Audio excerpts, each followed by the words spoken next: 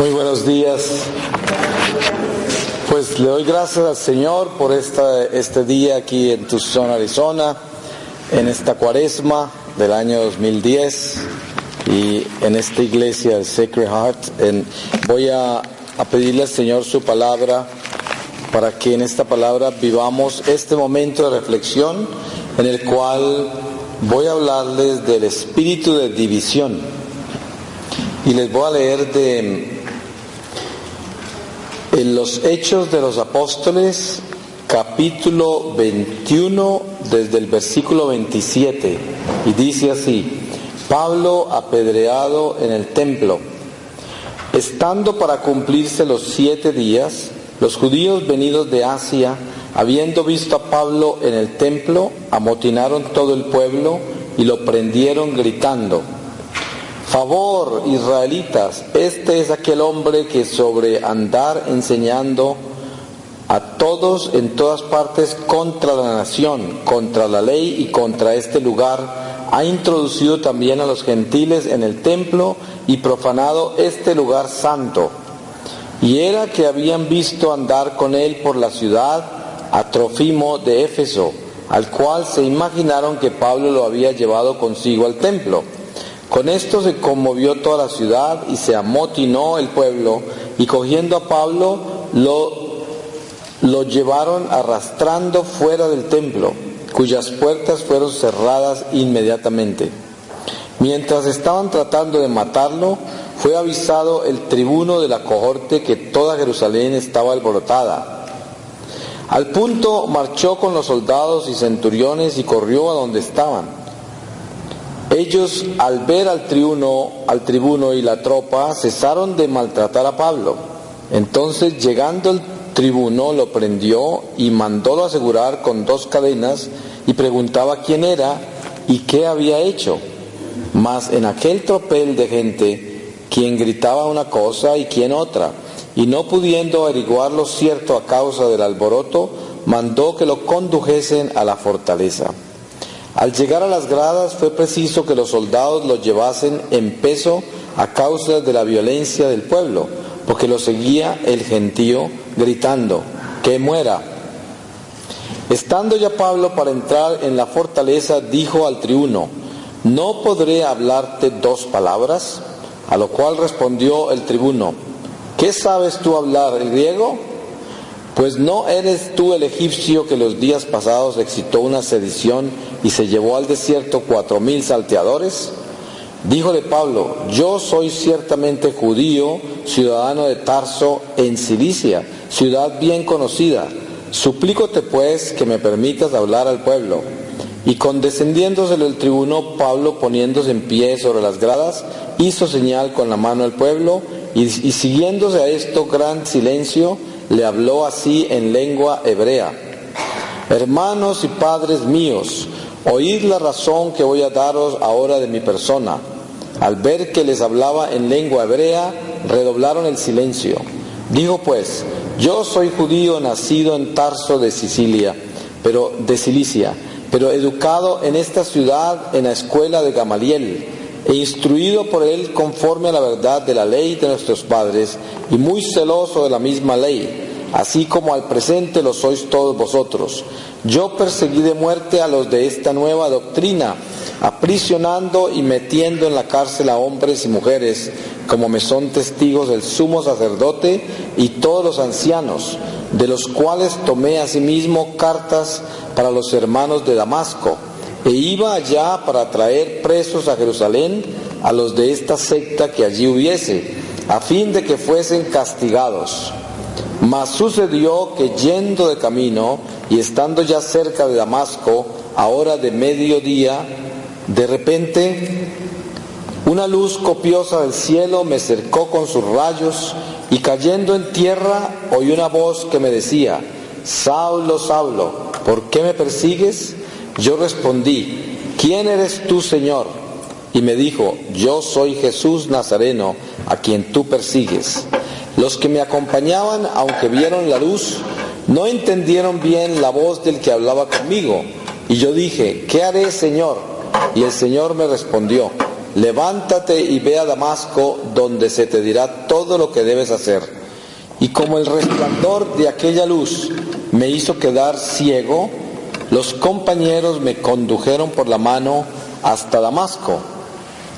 Aquí un cierto Ananías, varón justo según la ley, que tiene a su favor el testimonio de todos los judíos y sus conciudadanos, viniendo a mí y poniéndoseme delante, me dijo: Saulo, hermano mío, recibe la vista. Y al punto le vi ya claramente. Dijo él entonces: el Dios de nuestros padres te ha predestinado para que conocieses su voluntad, y vieses al justo, y oyeses la voz de su boca, porque has de ser testigo suyo delante de los hombres de las cosas que has visto y oído. Y ahora pues, ¿qué te detiene? Levántate, bautízate y lava tus pecados invocando su nombre. Sucedió después que, volviendo yo a Jerusalén y estando orando en el templo, fui arrebatado en éxtasis, y lo vi que me decía: date prisa y sal luego de Jerusalén, porque estos no recibirán el testimonio que les dieres de mí. Señor, respondí yo, ellos saben que yo era el que andaba por las sinagogas, metiendo en la cárcel y maltratando a los que creían en ti. Y mientras se derramaba la sangre de tu testigo, oh mártir Esteban, yo me hallaba presente, consintiendo en su muerte y guardando la ropa de los que le mataban. Pero el Señor me dijo: anda, que yo te quiero enviar lejos de aquí hacia los gentiles. Palabra de Dios. Pues hermanos, yo quería en este momento que abrí esa palabra, que yo no escogí obviamente, pero la leí hasta ahí lo más que pude, porque pienso que es muy importante nosotros reflexionar otra vez en todos estos misterios. Y hoy, para esta charla del espíritu de división, el Señor nos dio la conversión de San Pablo, ese testimonio tan poderoso, y también lo que sigue después de eso ahí, que ustedes seguramente lo han leído ya, pues es como se complica mucho más todavía esa situación con esos judíos y la división entre fariseos y saduceos y escribas, y todo ese conflicto religioso que hay entre ellos tan grande, del cual Pablo se convierte pues en un problema gravísimo para ellos, porque empiezan unos a defender a Pablo, los fariseos, los otros a atacarlo, y así una contradicción total, porque en práctica todos los judíos estaban sujetos a perseguir los cristianos. Entonces eso se vuelve un conflicto muy grande, lo cual nos da claridad a nosotros de lo que es el espíritu de división en la iglesia. El espíritu de división en la iglesia comienza por el espíritu religioso, o sea, los seres humanos que son religiosos y no son espirituales. Entonces, son personas escrupulosas. Miren ustedes que la reforma de hace 500 años, que comienza con Martín Lutero, está centrada en los escrúpulos. Cuando ustedes ven todas las sectas que han salido del protestantismo, del calvinismo, del luteranismo, del anglicanismo, de la iglesia de Inglaterra que llaman, todas esas que son cientos y cientos y cientos de sectas, son incontables. Todas ellas están amparadas en increíbles escrúpulos, tienen el puritanismo y el escrúpulo más increíble, y todo está amparado en una herencia que se viene en el cristianismo, que viene desde el judaísmo. Y ni siquiera saben eso, porque muchas de las sectas ni siquiera saben de dónde sacaron todos esos escrúpulos. Y cuando una persona entra en una de esas sectas, piensa que son más santos que los otros, porque son más escrupulosos, porque tienen más escrúpulos. Dentro de la iglesia hoy católica hay situaciones difíciles con la extrema derecha, por ejemplo.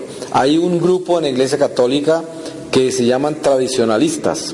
Hay unos tradicionalistas que son buenos y coherentes, que son los que buscan la reverencia al Santísimo, la reverencia a la sana doctrina y tradiciones sagradas, lo cual todos nosotros debemos serlo, defensores el depósito de la fe, el depósito de las tradiciones y la sana doctrina. Cada católico es llamado a vivir esta herencia, pero hay unos que son extremistas. Entonces ya Una persona que no use determinadas cosas en la iglesia, una persona que no haga determinadas cosas en la iglesia con referencia al Santísimo, ya la consideran como una persona que está cometiendo sacrilegios en la iglesia. Y así llegan al extremo, se vuelven fundamentalistas y crean un estado de fanatismo. Y por lo tanto crean un espíritu de división, porque ellos se creen más santos y mejores que los otros.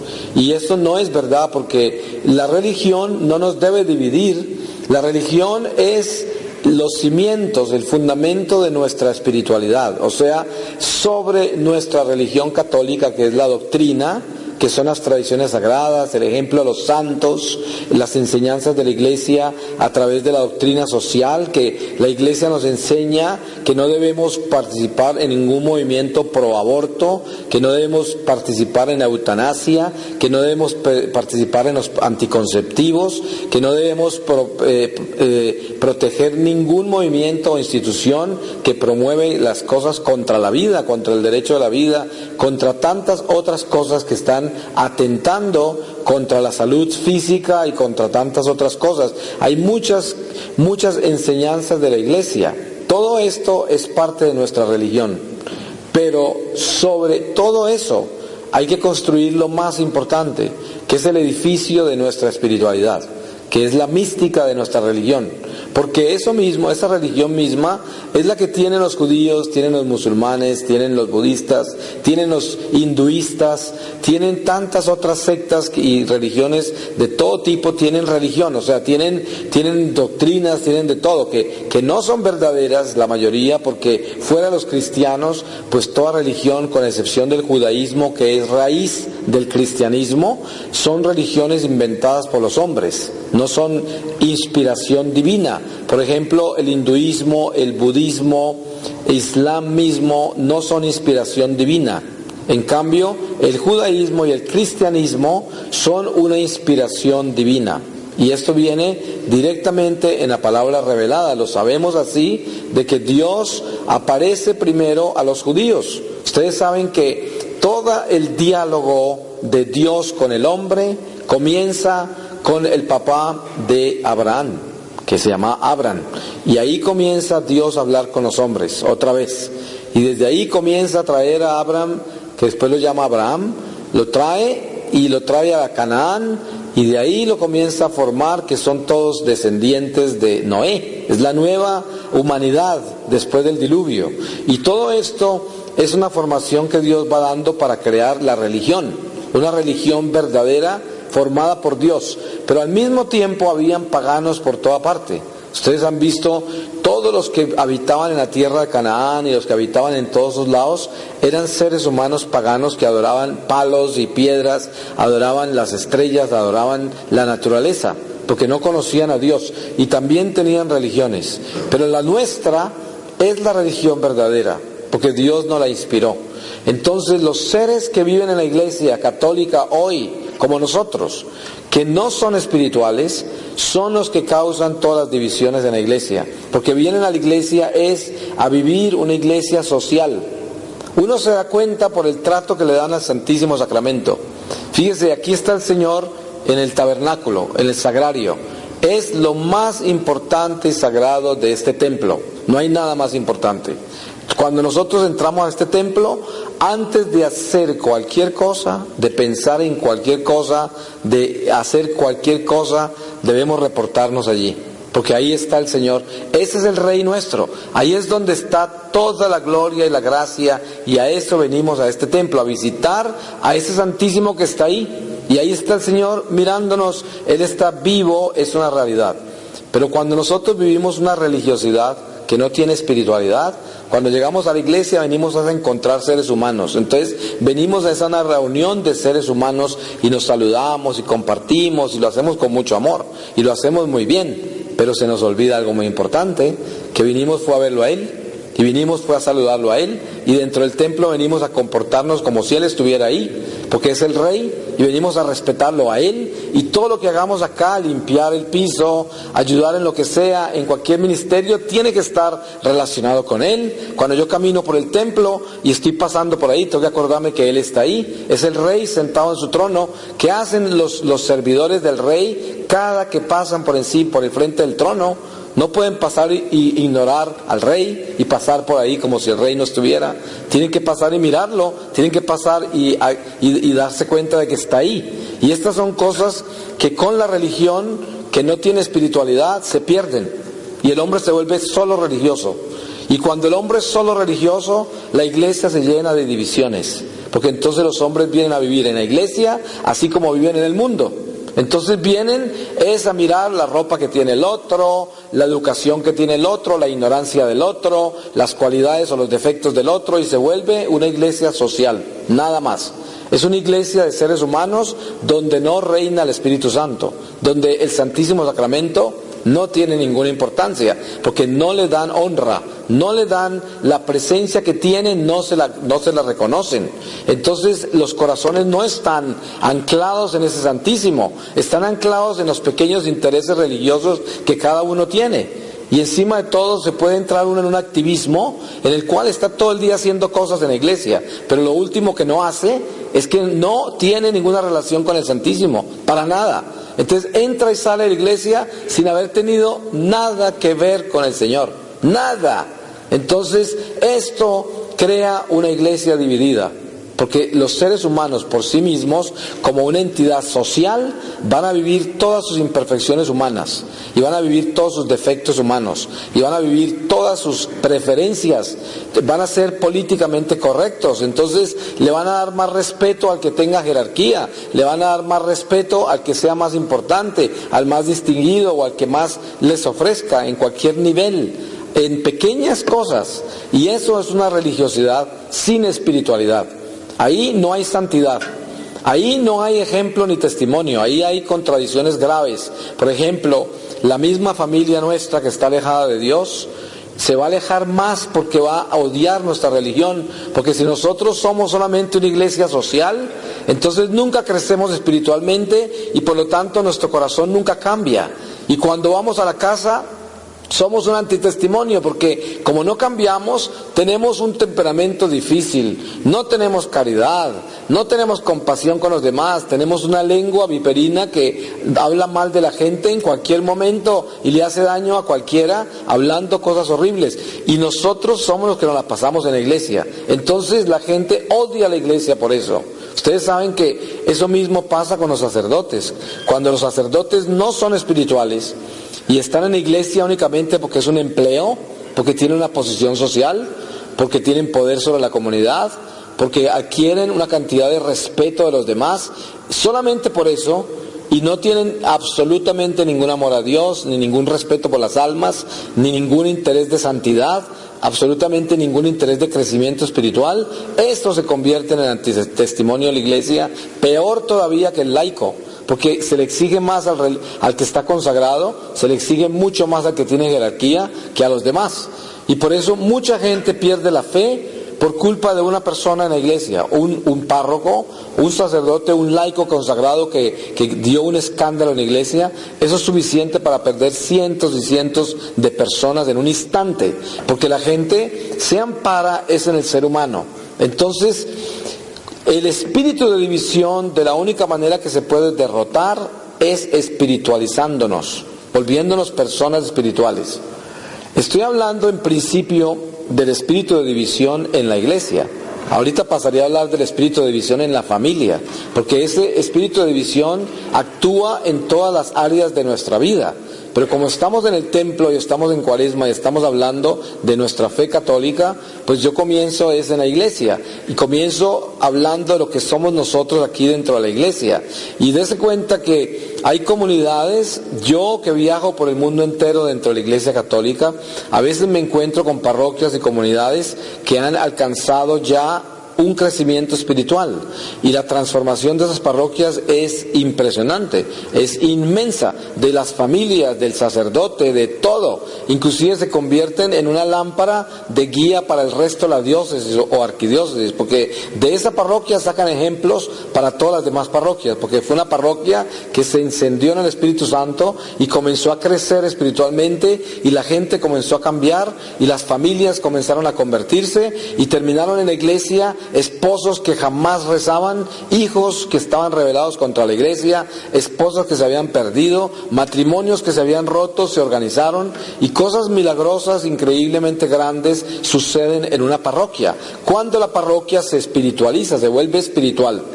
Mientras que la parroquia sea un club social, la parroquia jamás tendrá milagros, nunca habrán transformaciones, las familias seguirán igual de disfuncionales y no habrá conversiones donde uno pueda decir, aquí se está moviendo el Espíritu Santo. Porque mire, una cosa es que el Espíritu Santo se mueva cuando alabemos, cuando oremos, cuando nos reunimos. Claro, el Espíritu es fiel y Él siempre se mueve entre nosotros. Por eso la promesa de Dios, cuando dos o más se reúnen, Él está ahí, promesa cumplida. Porque Dios no miente y Jesús nos prometió eso. Pero para que ese Espíritu Santo se mueva también en nuestra vida particular y se vaya para la casa de nosotros y transforme los hijos y el hogar y los parientes y los vecinos, para eso se necesita una transformación interior del corazón, donde el hombre realmente se está volviendo espiritual y no es solamente religioso. Porque ser religioso es muy fácil. Ser religioso es pensar de que con solo orar y venir a la iglesia, ir a misa y confesarme de vez en cuando ya estoy en paz con Dios. Eso nos puede dar una idea de que somos buenos.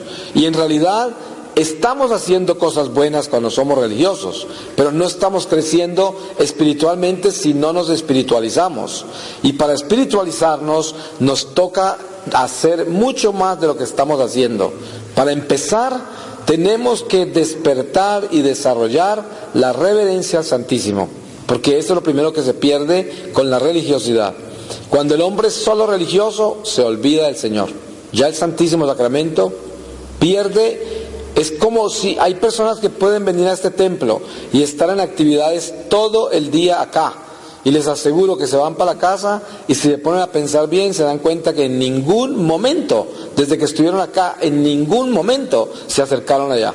En ningún momento le hicieron una genuflexión al Señor en todo el tiempo que estuvieron acá, porque en ningún momento lo reconocieron, en ningún momento se dieron cuenta que estaba acá, en ningún momento fue importante, nada, absolutamente nada. Se perdió esa relación. Es igual que un salón protestante, donde no está el Santísimo, igualito. Vienen, alaban al Señor, hablan del Señor, pero el Señor como si no estuviera ahí. Entonces es igual que ir a un salón protestante donde no está el Santísimo. ¿Cuál es la diferencia? Entonces es una iglesia protestantizada, una iglesia social.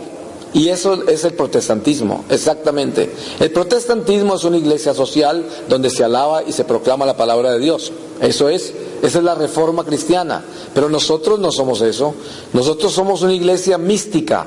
La mística de la Eucaristía. Tenemos la trascendencia del Espíritu Santo a través de las especies del pan y el vino. Eso no lo tiene nadie más, solo nosotros. Por eso la Iglesia Católica es la única que tiene cuerpos incorruptos. Ustedes nunca encontrarán, pregunten usted el pastor protestante más santo que ha habido en los 500 años de protestantismo y que nos muestren uno incorrupto. No lo van a encontrar.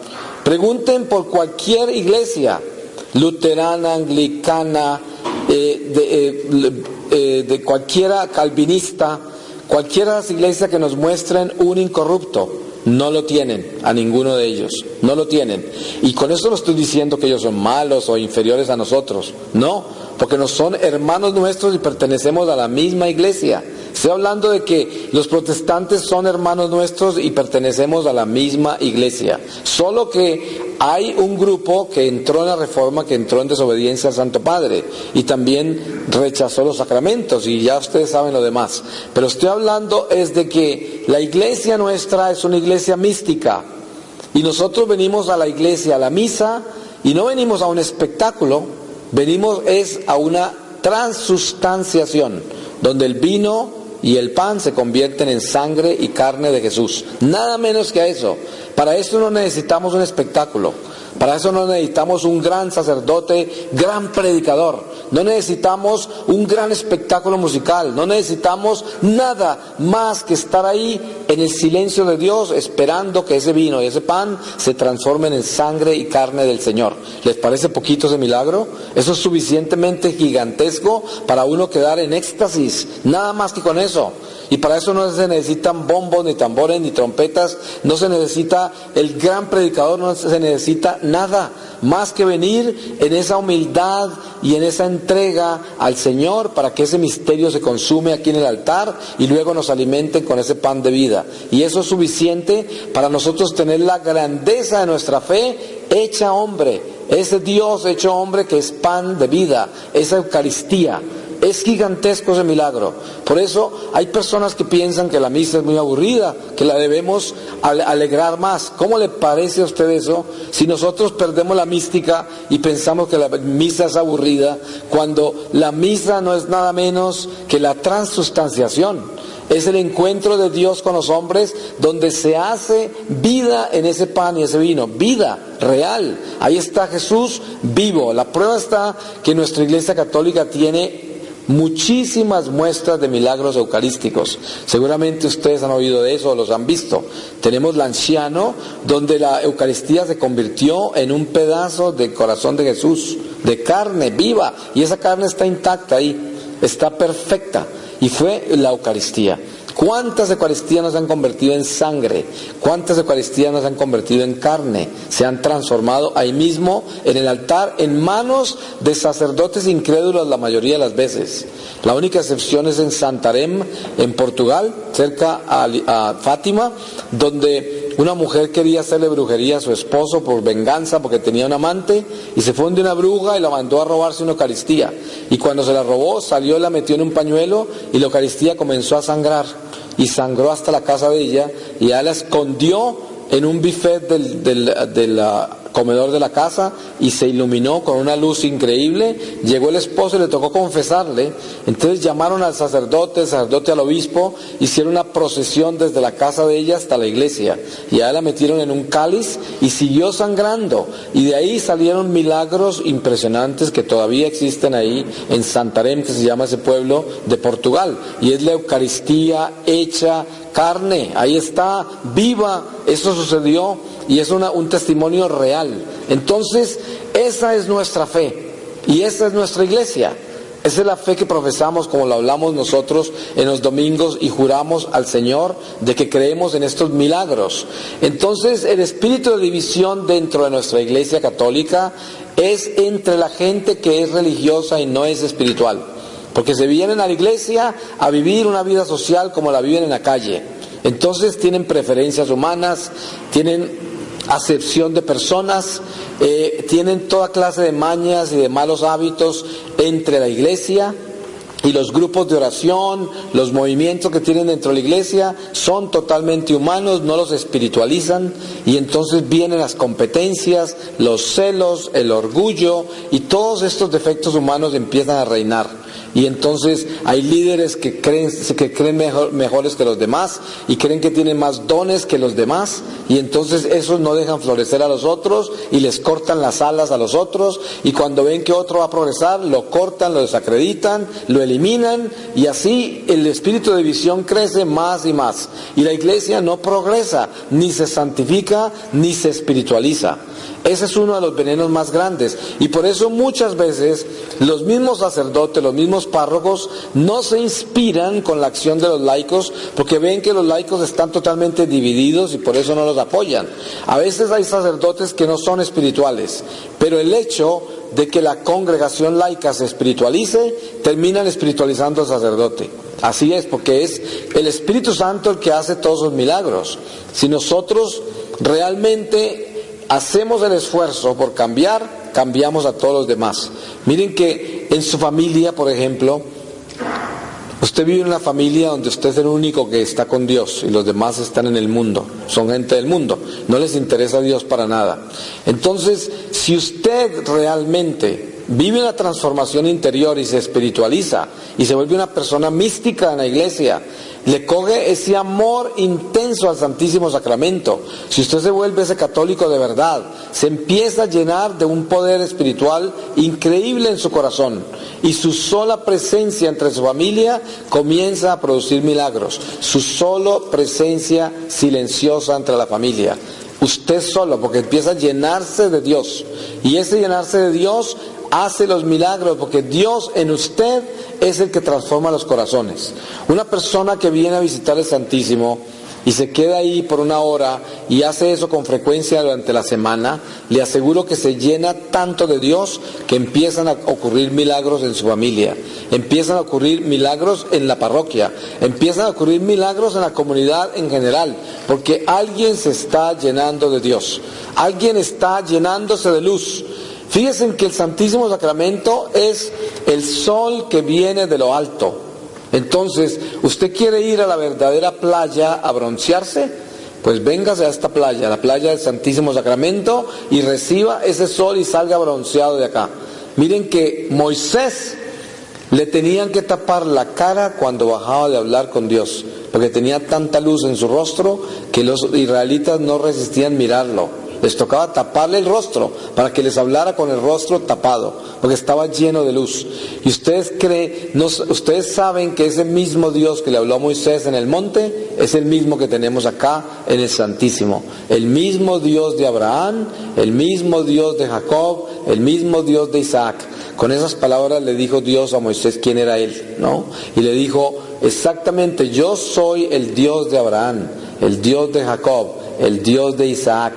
Ese mismo Dios fue el que le habló a Moisés. Y ahí está. Entonces, así como Moisés iluminaba su rostro cuando hablaba con él, así nos iluminamos nosotros cuando hablamos con él. ¿Y qué sucede? Sale usted después de visitar al Santísimo Sacramento y los espíritus del mal huyen porque se queman con la luz que usted lleva. Entonces, entre más adore el Santísimo Sacramento, menos espíritus del mal podrán subsistir en su familia, en su vida, donde usted vive, donde trabaja. No podrán, porque se queman con la luz que usted lleva. Y eso es lo que debemos hacer. Ustedes han visto estas figuritas fosforescentes que tiene uno, a veces hacen santicos así que son fosforescentes.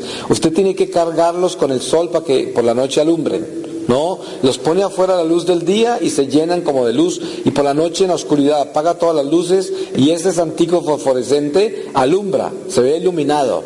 Pues mire, eso para no ir muy lejos, nosotros somos vasijas de barro que llevan el tesoro.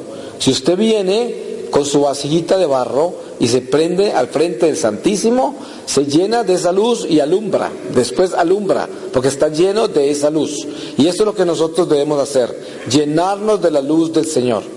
Pero para que esa luz penetre y se quede en nosotros, obviamente tenemos que estar en gracia de Dios, porque una persona en pecado no se va a alumbrar, se acaba de oscurecer. Entonces hay que tener en cuenta que es la gracia la que nos da la posibilidad de llenarnos de esa luz. Entonces, este sentido del espíritu de división en nuestra vida tiene que ver, para nosotros católicos, en que somos religiosos sin ser espirituales. Y por esa razón, toda nuestra humanidad, con todos nuestros defectos, es la que reina en la iglesia. A cambio de reinar la humildad, todas las virtudes nuestras, que son las que deben venir a la iglesia. Porque cuando nosotros venimos a la iglesia, debemos venir a imitar al Señor, porque es al Señor al que venimos a alabar, a adorar, y debemos comportarnos a esa altura. Y entre más estemos en la iglesia imitando a Dios, más nos volvemos como Él, porque Él nos va a contagiar ese amor, nos va a dar todo ese regalo que tiene de la perfección, de la santidad, de las virtudes que nos enseñan a perdonar, todo esto que nos da el don de la caridad, y nos vuelve chiquitos, humildes, pequeñitos, y dejamos de luchar por ser esas grandes personas en la comunidad, porque el daño por el cual nos llenamos del espíritu de división es esas ganas de aparecer, esas ganas de aparentar, esas ganas de ser líder, esas ganas de ser una persona importante en la iglesia. Todo eso daña a la comunidad, porque los otros se ofenden. Cuando hay una persona muy grande en la comunidad, muy llena de sí misma, esa persona divide toda la comunidad. porque está tomándose atribuciones que no le corresponden. Porque nadie en la comunidad puede tener poder sobre los demás. Nadie, ningún ser humano. Si el poder en la comunidad lo debe tener solo el Señor, todos venimos como servidores del Señor. Por eso cada uno tenemos un oficio diferente, un don diferente, un talento diferente, un carisma diferente, y cada uno de nosotros debemos respetar esos carismas y esos dones, pero cada uno con su carisma y su don nunca debe enorgullecerse de eso y pensar que es mejor que los demás. No importa cuánta educación tiene usted, eso no lo hace mejor que el que no sea educado. Miren usted el ejemplo de los apóstoles. Los apóstoles no estudiaron nada, eran ignorantes todos, y cuando llegó Pentecostés, ningún sabio de la Judea, por mucho que hubieran estudiado, los superaba en nada, porque estos los superaban a ellos 1.000.000 de veces, porque tenían el Espíritu de Dios. Entonces, ¿quién puede ser superior en la comunidad? ¿El que más estudió? ¿El que más se ha leído libros? ¿El que más tiene conocimiento de esto? ¿El que más títulos tenga? No. El que es más importante en la comunidad es el que más caridad tiene y el que más perdona. Ese es el más importante. ¿Quién es el más distinguido de esta parroquia? El que más sabe perdonar y el que más ama. Ese es el más distinguido, porque ese es el más humilde y es el que más cerca a Dios está. El más importante de esta comunidad no puede ser el orgulloso, el pretencioso, el que se cree mejor que los demás. Ese es el fariseo del Evangelio. Es el que siempre está delante en todos los banquetes de la iglesia apareciendo. Ese no es el santo de la iglesia. El santo de la iglesia es una persona que no es pretenciosa, que es humilde, que es caritativa. Y generalmente esa persona está llena de dones del Espíritu Santo, porque el Espíritu Santo a través de esa persona actúa en una forma maravillosa, porque es un instrumento fiel. Y ahí es donde debemos entender cómo crece el espíritu de división. El espíritu de división crece en el orgullo, ahí crece en la soberbia, en la pretensión, en la desobediencia, en esa vanidad tan increíble que nos hace creer que somos mejores, que somos superiores, que somos más distinguidos. Algunos creen tener derechos por antigüedad.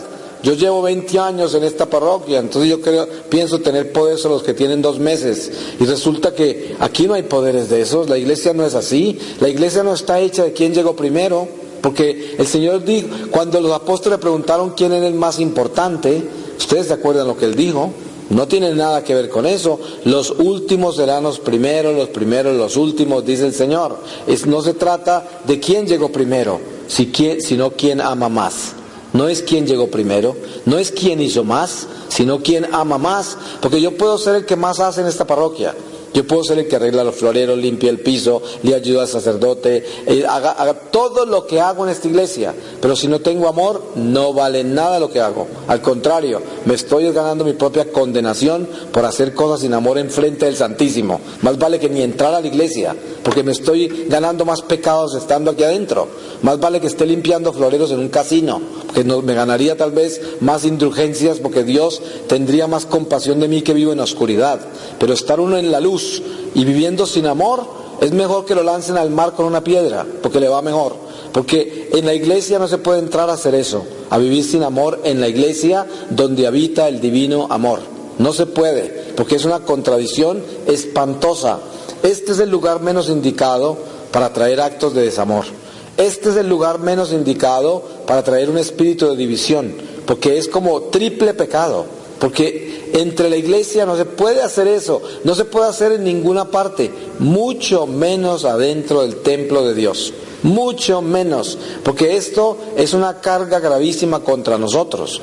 Todo lo que hagamos dentro de la iglesia, hablar mal dentro de la iglesia, vestirse vulgarmente, actuar vulgarmente, pensar vulgarmente, no tener compasión con los demás, todo esto actúa en contra de nuestra economía del alma y es un juicio terrible contra nosotros, porque nos lo estamos ganando automáticamente, porque sabemos que este no es el sitio para pensar nada que no sea de Dios. Es el sitio menos indicado para hacer eso, porque realmente si nosotros entendemos dónde estamos en el templo del Señor. Y aquí el Señor está vivo, vivo y presente, y es una realidad.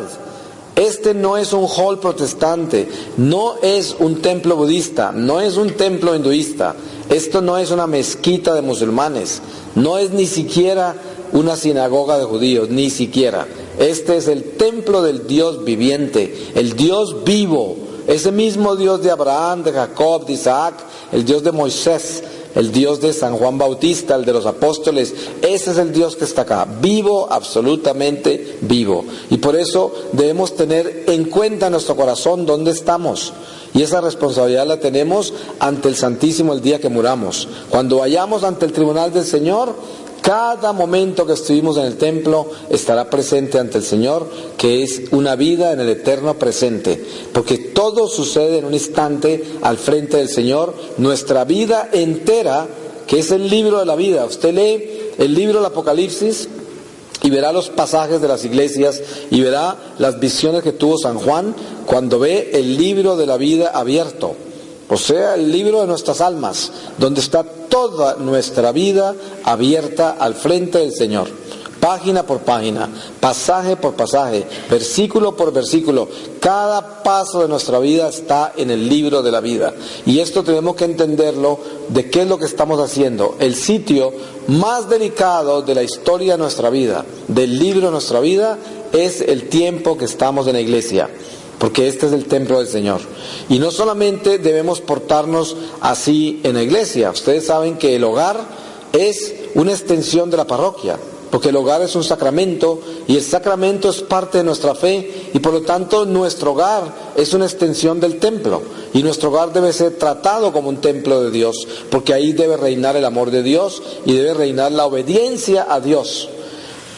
Cuando estamos en el hogar y nosotros tenemos los conflictos humanos comunes del hogar, que son esposo y esposa que nos entienden, hijos con padres y madres que nos entienden, y tantas otras confusiones que puedan haber, especialmente en la sociedad en que vivimos hoy, que es una sociedad tan confusa, tan decadente, tan materialista, tan egoísta, una tan relativista.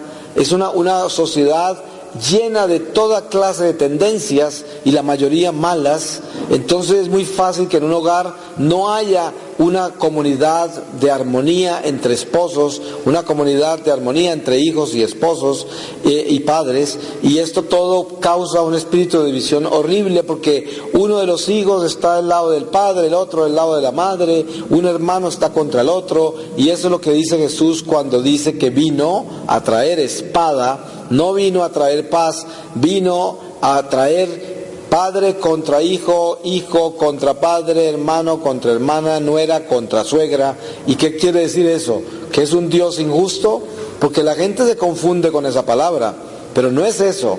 Lo que sucede es que cuando yo predico la verdad del Evangelio y la vivo, quedo dividido inmediatamente, porque todos los que no creen en Dios y no quieren obedecerlo están contra mí. Entonces, si en mi casa yo vivo la verdad y mi mamá no, entonces mi mamá queda contra mí automáticamente, porque ella no cree en eso, no acude a Dios en la misma forma y queda dividida contra mí. Y por eso Jesús hablaba de esa espada, la espada de su palabra, que quería madre contra hijo, suegra contra nuera y etcétera, porque esto es lo que Dios nos quiere enseñar. Si yo soy de Dios y vivo fiel a Dios 100%, ya quedo dividido. Pero una cosa es quedar dividido por la fe y otra cosa es estar dividido por el egoísmo y estar dividido por el pecado. Porque yo puedo estar dividido de los demás por la fe, por testificar en Jesucristo y decir, yo soy de Jesucristo y yo creo en la obediencia y yo creo en los mandamientos, en obedecerlos, y yo creo en todas las verdades que me reveló mi iglesia y quiero vivir a esas verdades. Yo no quiero vivir ninguna otra verdad, solo quiero vivir eso. Yo no quiero vivir filosofías humanas, psicologías humanas, ciencia humana, no quiero vivir nada de eso. Quiero vivir la ley de Dios y así seré libre. Y si yo digo eso, a lo mejor algunos no van a estar de acuerdo conmigo, pero esa división es santa, porque yo simplemente estoy estableciéndome en el reino de la luz, y en el reino de la luz es el ejército que triunfa, y de ahí se pueden inspirar los que están en las tinieblas. Pero si yo vengo a adoptar toda clase de filosofías humanas, psicologías humanas y toda clase de concepciones humanas, y con eso quiero enseñar a mi familia y con eso quiero definirme en mi familia, entonces traigo el espíritu de división. Y ese espíritu de división es el espíritu del orgullo, el espíritu de la soberbia, el espíritu de la vanidad. Y con eso no podré yo crear absolutamente nada bueno. Quedo dividido. Y entonces hoy, por ejemplo, yo podría decir, voy a concentrarme profundamente para definir en mi corazón a dónde estoy dividido yo. Porque yo puedo estar dividido en la forma en que pienso entre mi familia. Digamos, a mi mamá le gusta esto, a mi papá le gusta aquello, a mí me gusta esto. Si esas diferencias en las cosas que nos gustan y no nos gustan, y las visiones que tenemos de la vida, son tan grandes que llevan a perder el amor de los unos por los otros, el espíritu de división está reinando, y las divisiones que tienen por las diferentes visiones de la vida se convirtieron en un enemigo, cuando en la realidad humana nuestra sabemos que todos somos diferentes, ninguno de nosotros es igual. Es como las frutas, usted no puede esperar que un banano tenga las mismas cualidades de una pera. Son dos frutas diferentes, pero son frutas. Usted no puede esperar que yo tenga las mismas cualidades que usted, porque yo soy un ser único, diferente a usted. Y Dios no se repite. Cada uno de nosotros somos perfectamente diferentes. No hay nada que tengamos nosotros que usted pueda tener fuera del elemento básico de nuestra naturaleza física. Pero fuera de eso, todo es diferente. Inclusive la química de nuestro cuerpo no tiene nada que ver con la química del cuerpo del otro. Absolutamente nada. Y fuera de eso, algo más misterioso todavía. Cada segundo, cada instante de nuestra vida, estamos transformándonos. Nuestro cuerpo no es el mismo que era ayer, no es el mismo que era anoche. Hoy es otro, se transformó. Todas nuestras propiedades químicas se movieron a otro lado. Todo cambió. Y al mismo tiempo, nuestra vida interior también está cambiando. Cambiando para bien o para mal. Creciendo en la dureza del corazón, en la indiferencia, en la sequedad, en un desierto interior, o aumentando en la sensibilidad del espíritu, en la santidad, en el amor, en la caridad, en las virtudes, dependiendo de cómo estamos nosotros viviendo en Dios, si estamos viviendo con Dios o separados de Dios. Y de ahí depende de que nosotros vivamos en la unidad del Espíritu Santo o en la división del orgullo y todas las deficiencias humanas, de la imperfección de la carne y de la mortalidad.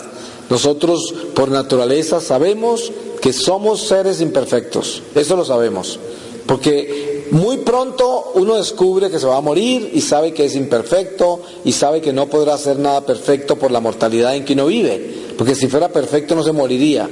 Pero al mismo tiempo, en la fe, Dios nos ha enseñado en Jesucristo de que Él nos ayuda a perfeccionarnos. Al final de esta vida podemos encontrar la perfección.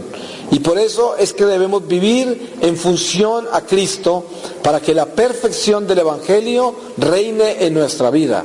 El espíritu de división es un llamado a la iglesia para que distinga qué es lo que nos divide en la iglesia.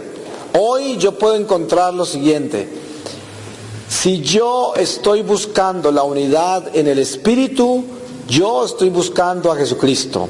Si yo estoy buscando la unidad social de la iglesia y no estoy buscando la unidad espiritual de la iglesia, yo me estoy buscando a sí mismo. Es lo único que estoy buscando. Mi propio beneficio, reinar entre los hombres, distinguirme entre los hombres, manipular los hombres, controlar los hombres y recibir afecto de los hombres, de los seres humanos. Entonces hoy el Señor nos llama a vivir algo mucho más alto que eso. No a estar pendientes de lo que el ser humano me va a dar, sino estar pendientes de que le estoy haciendo a Dios su voluntad, de que estoy siendo un servidor de la iglesia por amor de Dios, por amor a Dios.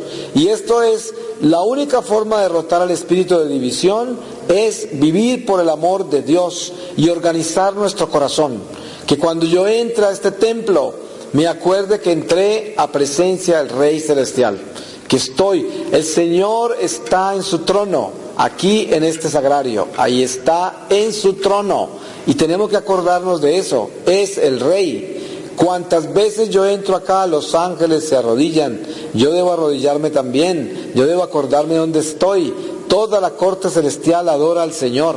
Lo alaba todo el tiempo sin parar. Por eso yo debo estar en mi corazón sabiendo que Él está ahí. Si yo estoy aquí sentado en este momento escuchando esta reflexión y no tengo en mi corazón la conciencia de que ahí está el Señor en ese sagrario y todo mi corazón está hacia Él y siento todo el respeto hacia Él y la presencia de Él me tiene completamente inundado, si no estoy así, no estoy en este templo. Estoy simplemente en el templo de mi humanidad y estoy viviendo acá la indiferencia de mi humanidad que todavía no alcanza a abrazar la espiritualidad de mi fe, de mi iglesia, de mi religión. Al estar yo acá, mi corazón debe estar hirviendo, encendido con ese sagrario. Y a donde quiera que yo camine por este templo, debo llevar la presencia de ese Rey en mi corazón. Ustedes se han dado cuenta cuando usted está en un salón grande y en ese salón grande hay una persona importante. Está el presidente de los Estados Unidos, está una reina, está el hombre más rico del mundo, está no sé qué. Usted camina por todo ese cuarto y lo único que tiene en su cabeza es mirar todo el tiempo a dónde está el importante, a dónde está el rey o el presidente o la persona importante en ese cuarto. Sí, eso es. Y eso es humano, seres humanos. Imagínese si uno, estando aquí en presencia de Dios, no va a sentir eso. Cuando usted camine por esta iglesia, ¿cómo no va a estar pendiente que allá está el Señor? Así esté barriendo, así esté por allá hablando, vendiendo, haciendo lo que sea, debe estar con Jesús en el corazón. Y esa es la llamada que Dios nos hace para vivir la unidad en la unidad. La unidad es tener el corazón en Dios todo el tiempo. Y por eso el templo de Dios es un ejercicio espiritual para aprender a tener a Dios en el corazón. Porque así, cuando salgamos de la iglesia y estemos en la calle, en el mundo, todo lo que estemos haciendo lo tenemos en presencia del Señor. Porque también sentimos, si nos acostumbramos en este templo a estar caminando por Él y sentir a ese Señor que está ahí en el sagrario, entonces también cuando salgamos de acá, vamos a hacer todo lo que hacemos acordándonos de que el Señor está ahí al frente de nuestra vida. Porque ya nos acostumbramos a caminar con ese espíritu de la presencia de Él. Es un ejercicio que nos ganamos dentro del templo. Y ese ejercicio se extiende a toda la vida natural en todas partes donde estemos. El que vive en Dios está en Dios todo el tiempo y todo lo hace en presencia del Señor. Y ya usted no va tan fácilmente a calumniar, a robar, a mentir, a fornicar, a envidiar, a odiar, no, o a desear las cosas del prójimo, no, porque usted está en presencia del Señor. Usted tiene al Señor presente en su vida y esto es lo único que nos hace unidad con Dios, unidad, y que nos libra del espíritu de división. Porque de lo contrario siempre viviremos una doblez. Nunca seremos integrados a nada, porque seremos dobles, viviremos doble vida, tenemos dobles intereses, dobles sentimientos, dobles pasiones, dobles pensamientos. Siempre tenemos un interés guardado, una cosa, no faltamos a la honestidad y a la sinceridad, porque no tenemos esa integridad, no somos uno. Hoy pidamos al Señor, para terminar esta reflexión, que nos dé en esta Cuaresma la posibilidad grande de unificarnos en Él, para que podamos tener esa presencia de Dios en nuestra vida, y que cada que estemos en este templo, todo el tiempo sintamos la presencia del Señor. Aquí donde yo estoy parado predicando, lo que siento más inmensamente es al Señor allá en este sagrario, que me inunda, siento su presencia, quisiera estar arrodillado al lado de Él, quisiera sentirlo a Él o sentarme al lado de Él y sentir ese calor de su presencia, y eso es todo lo que siento. Cuando entré por la mañana por esa puerta, era Él a quien venía a visitar, a Él a quien venía a servir, a Él a quien venía a saludar. Eso era lo más importante. A Él primero a llevarle todo mi honor y la gloria. Y eso debe ser el sentido de nuestra Iglesia Católica. Así debe ser.